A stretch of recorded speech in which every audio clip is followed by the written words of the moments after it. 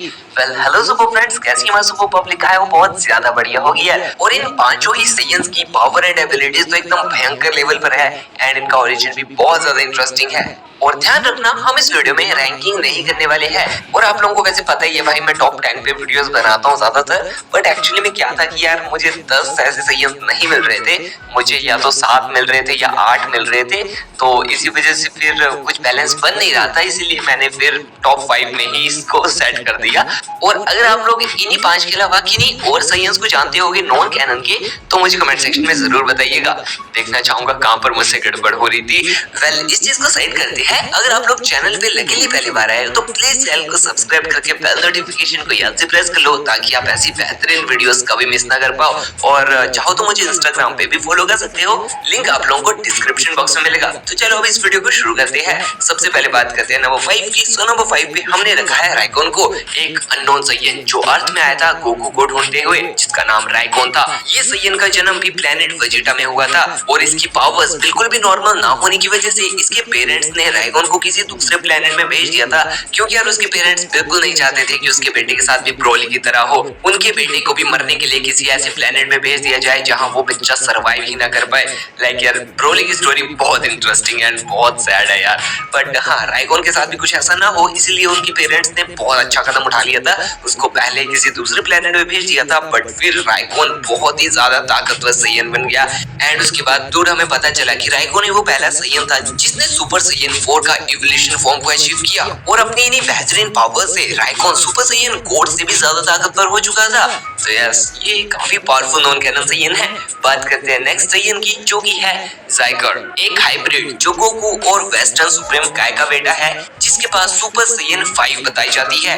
But exactly वो super Saiyan 5 नहीं है, बस इस ट्रांसफॉर्मेशन को सुपर सैयन 4 से बहुत ज्यादा ताकतवर बताया जा रहा था। और इसके सिल्वर हेयर्स होने की वजह से, सुपर स्ट्रेंथ होने की वजह से, सुपर स्पीड होने की वजह से, इसकी बेहतरीन ताकतों की वजह से बताया जा रहा था कि ये सुपर सैयन 5 है, बट एक्चुअली में वो है नहीं। और ये इतना ज्यादा ताकतवर है कि इसने वेजिटा एंड गोहान को बहुत इजीली डोमिनेट कर दिया था। एक हाफ सैयन और एक हाफ काई होने की वजह से ज़ाइकर यूनिवर्स के सबसे पावरफुल बीइंग्स में से एक है। इसने बिना किसी एफर्ट्स के ही हाफ ऑफ अर्थ को डिस्ट्रॉय कर दिया था। इसने सिर्फ अपने एक की ब्लास्ट से गोटेन को पूरी तरह डिफीट कर दिया था। और ज़ाइकर की एक इंटरेस्टिंग बात ये है कि ये उन चुनिंदा विलन्स में से आता है जिनको ड्रैगन बॉल्स को इकट्ठा करने की कोई भूख नहीं थी। बात करते हैं नेक्स्ट सैयन की, जो की है राइगर, और ये किंग वेजिटा का दूसरा बेटा है, वेजिटा का हाफ ब्रदर है।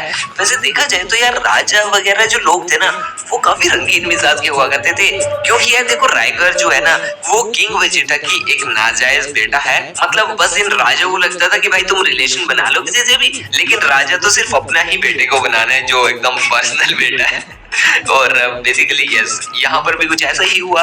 किंग वेजिटा नहीं चाहते थे कि राइगर प्रिंस वेजिटा की जगह में गद्दी में बैठे, और इसीलिए वो राइगर को मारने के लिए छोड़ देते हैं। But in the end rigor भी सर्वाइव कर लेता है और वो वेजिटा से ही बदला लेने के लिए आता है। राइगर बहुत ही ज्यादा ताकतवर हो चुका था और इसकी ताकत इतनी ज्यादा हो चुकी थी कि गॉड्स के वर्ड्स के अकॉर्डिंग सुपर सैयन 5 में ये बीरस से भी ज्यादा सुपीरियर था एंड सुपर सैयन 4 गोटेन से भी बहुत ज्यादा ताकतवर इसको बताया जा रहा था एंड सुपर सैयन 4 गोजिटा से भी इसको काफी ताकतवर बताया जा रहा था। और तो और इसने सुपर सैयन 5 गोजिटा के कामेहामेहा तक वो सरवाइव कर लिया था एंड इसके पास पावर को मैनिपुलेट करने की पावर है, ये स्पेस में सरवाइव कर सकता है। और इतना ही नहीं, अपने वास्तविक पोटेंशियल में ये यूनिवर्स तक को डिस्ट्रॉय करने की ताकत रखता है।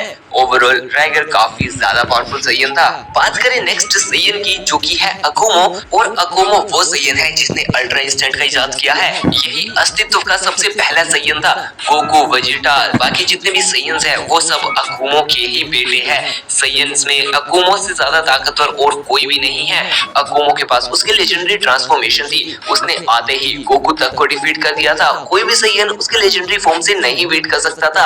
अपने समय में अकुमो इतना ज्यादा ताकतवर था कि उसने ग्रैंड प्रिस्ट तक को अपनी पावर से हरा के रख दिया था। इसका अल्ट्रा इंस्टेंट सभी एंजल इवन ग्रैंड प्रिस्ट से भी बहुत ही ज्यादा शार्प एंड बहुत ही ज्यादा पावरफुल है। अकुमो एक बहुत ही ज्यादा स्किल्ड फाइटर होने के साथ साथ अपने समय में इसको सिर्फ कॉन्करेट करने के लिए ही जाना जाता था। तो यस, अगर नॉन कैनन सैयन्स की बात हो रही हो और अकुमो को उसमें इंक्लूड ना करें, ऐसा कभी हो ही नहीं सकता है। तो अभी बात करते हैं इस लिस्ट के फाइनल कैरेक्टर की, जो की है कुंबर। कुंबर एक एंशिएंट सैयन है जिसको युगल सैयन के नाम से भी जाना जाता है और कुंबर यूनिवर्स 7 के सबसे ताकतवर वॉरियर्स में से एक है एंड कुंबर इतना ज्यादा यूल है कि गोकू एंड वेजिटा तक इसकी इविल की से नहीं बच पाए थे। ये किसी को भी पजेस कर सकता है, ये किसी को भी पूरी तरह इविलनेस से भर सकता है। कुम्बर के आसपास एक बहुत ही ज्यादा dark and evil aura create हुआ रहता है और कुम्बर की पावर्स को देख के आप हैरान हो जाओगे। लाइक ये अपने बेस फॉर्म में ही सुपर सैयन ब्लू वेजिटो से ताकतवर था। गॉड ऑफ डिस्ट्रक्शन टोपो को तो इसने बहुत इजीली हरा दिया था एंड जिरन के साथ इसने बैटल में कहा था कि डूड तुम ही हो मेरे साथ लड़ने लायक, लेकिन मैं तुम्हें भी हरा दूंगा। इसके लेजेंडरी सुपर सैयन फॉर्म में कुम्बर को हराना लगभग नामुमकिन है एंड ओवरऑल कुम्बर भी बहुत ही ज्यादा पावरफुल एक नॉन कैनन सैयन में आता है। वेल ये तो मेरी लिस्ट थी, आप लोगों की लिस्ट क्या है मुझे